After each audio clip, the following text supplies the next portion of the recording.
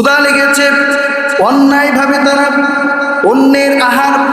অন্যের আহার তারা ভক্ষণ করেনি, অভাব হয়েছে, চুরি করেনি, ডাকাতি করেনি, মানুষ থেকে অত্যাচার করে তারা অর্থ কামাই করেনি, বিভিন্নভাবে এরকমভাবে যারা অপচয় থেকে গুনাহ থেকে যারা বেঁচে থেকে ধৈর্য ধারণ করলো, ধৈর্য ধারণ করে আমি রব্বুল আলামিনের যারা প্রশংসা আদায় করেছে, আমার ইবাদত বন্দেগী যারা করেছে, আমি রব্বুল আলামিনকে যারা ভয় করেছে, আমি আল্লাহ তাআলার মহব্বত যারা কামাই করার চেষ্টা করেছে, তাদের ব্যাপারে আল্লাহ বলছে যে যারা এইভাবে ধৈর্য ধারণ করলো, উলাইকা জাযাউনাল গুরফা, তাদের ধৈর্য ধারণের কারণে আমি রব্বুল আলামিন জান্নাতের মধ্যে তাদেরকে আমি প্রাসাদ দান করব, প্রাসাদ তাদেরকে আমি পুরস্কার হিসাবে দেব।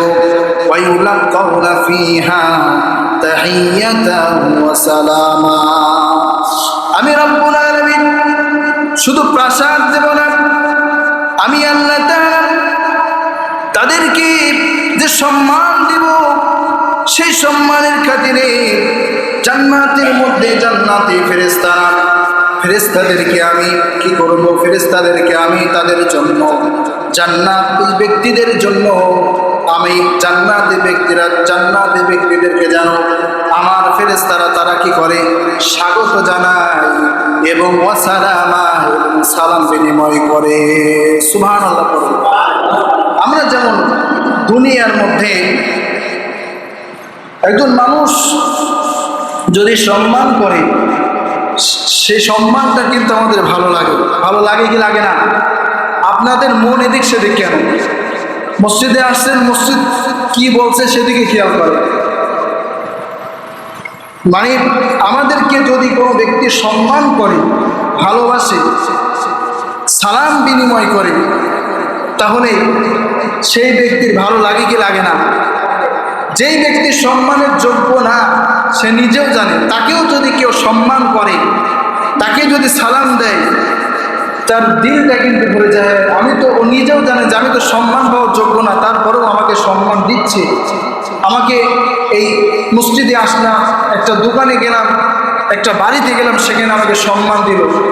সে সম্মান পেয়ে নিজেকে অনেক আনন্দ মনে করবে এবং নিজেকে অনেক বড় মনে করবে, খুশি হবে, সালাম দিবে, সে নিজেকে সান্ত্বনা দিবে।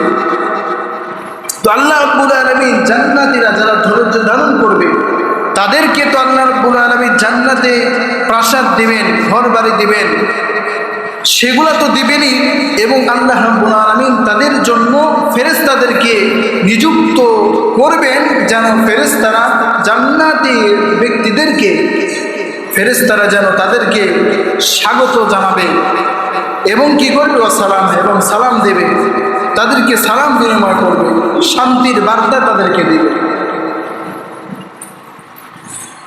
আমার ভাইয়েরা লক্ষ্য করুন, আল্লাহ রাব্বুল আলামিন সূরা আনকাবুতের মধ্যে আল্লাহ তাআলা আবার জান্নাতি ব্যক্তিদের সম্পর্কে আল্লাহ তাআলা জানাচ্ছেন। আল্লাহ রাব্বুল আলামিন বলছেন, ওয়াল্লাযীনা আমানু ওয়া আমিলুস সালিহাতি লানুবাউবিআন্নাহুম মিনাল জান্নাতি গুরাফা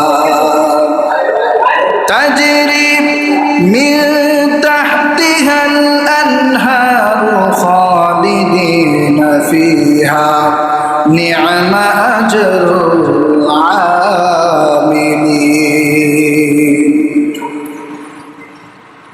আমার ভাইয়েরা, আমার আল্লাহ রাব্বুল আলামিন বলছেন, যেই সমস্ত মানুষেরা যারা আল্লাহর প্রতি ঈমান আনয়ন করলো, আল্লাহকে আত্মবিশ্বাস করলো, বিশ্বাস স্থাপন করলো, ওয়া আমিলুস সালিহাত, এবং আল্লাহ পাকের অর্ডারে যারা নেক আমল করলো, সৎ আমল করলো, ভালো আমল করলো, লানুবাউবিআন্নাহুম মিনাল জান্নাত।